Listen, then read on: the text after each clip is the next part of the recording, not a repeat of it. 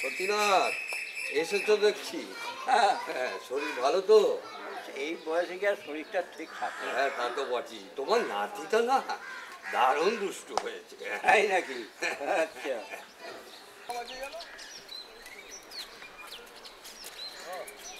এত তাড়াতাড়ি তোমরা ফিরছো? শরীরটা ভালো তো? কি রে বাবা, ভালো আছিস? হ্যাঁ, হ্যাঁ, ওই চলছে আর কি কোনো বেশ। হ্যাঁ, আর ঠিকঠাক। চলো আবার বসতে হবে।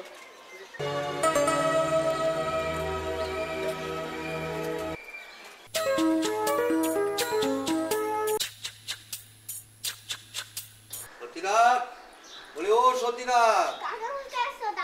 হ্যাঁ, আসলে তাহলে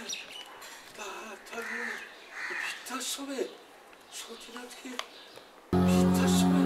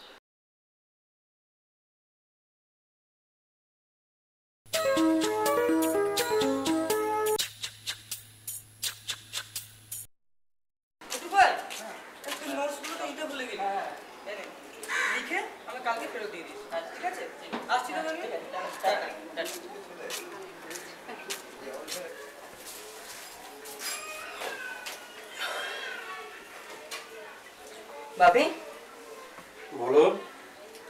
11-এর ভর্তির পর্ব তো মিটলো, বুড়ো দাদার কাছে এবার নিয়ে চলো না। কোথায় নিয়ে যাবেন? ও মা বাবার কাছে যেতে চাইছে। দিলে তো মাথাটা গরম করে। একটা মাত্র নাতি। একটা মাত্র নাতি?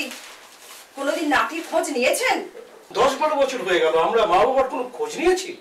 তবে আর কি। চলো না মা, আমার পাশের খবরটা দেওয়া হবে আর ওদের দেখাও হবে। এসব মতলব কোত্থেকে আসছে শুনি? ওসব হবে না।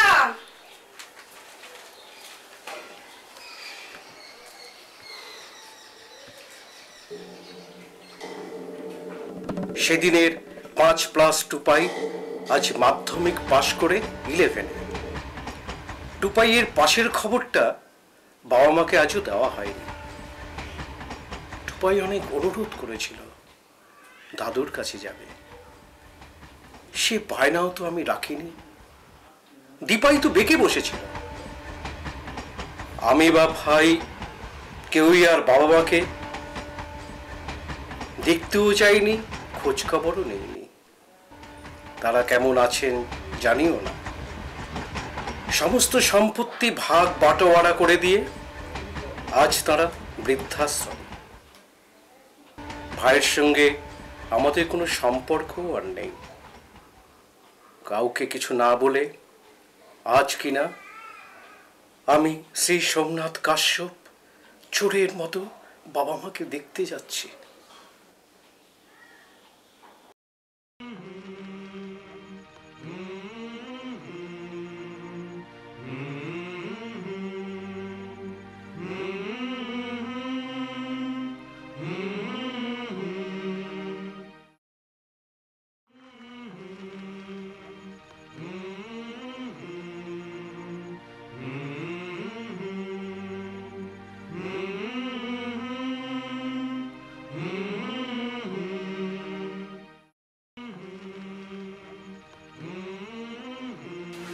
জানায় আমার বাবার কাছে। উনি কোন ঘরটায় থাকেন আমি তো জানি না, তা আপনি যদি একটু দেখিয়ে দেন। আসলে কেয়ারটেকার সামনে আছে, উদার চলে যান।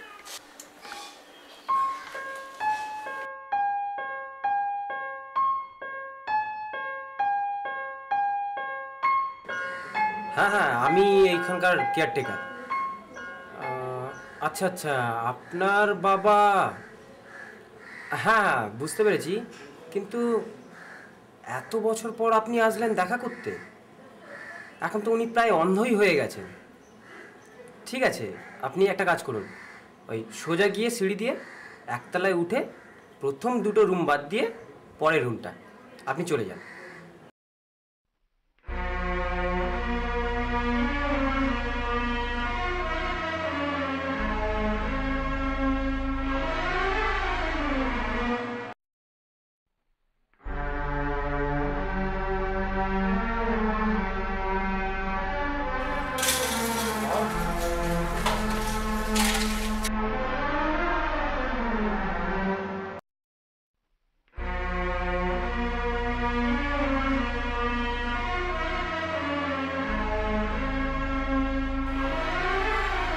আমার কাজ করলে এখানে তো কেউ আমার পায়ে হাত দেয় না।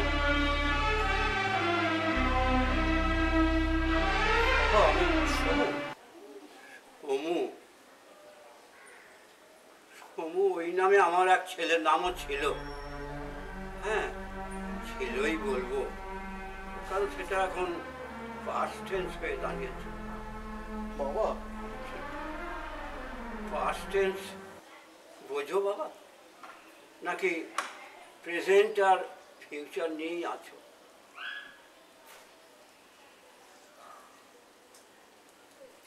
আমার লাঠিটা কোথায় গেল বলো তো? একটু লাঠিটা দাও না, আমি একটু উঠে দাঁড়াবো যে।